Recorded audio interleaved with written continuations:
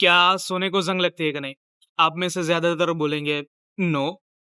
It's a phenomenon called alpha decay, जिसमें gold जो होता है उसके न्यूक्लियस से प्रोटॉन और न्यूट्रॉन एस्केप कर जाते हैं। और ये इंटरेस्टिंग बात नहीं है, इंटरेस्टिंग बात है क्वांटम टनलिंग, जो ब्रेक करते हैं न्यूटन के पहले लॉ को।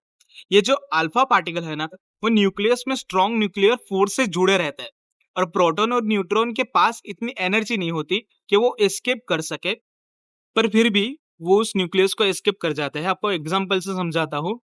समझो एक 10 बाई 10 की दीवार, जिसको तोड़ने में आपको 1400 न्यूटन की फोर्स चाहिए, पर आप केवल 200 न्यूटन तक का ही फोर्स लगा सकते हो, क्योंकि उससे ज्यादा आपकी कैपेसिटी ही नहीं है।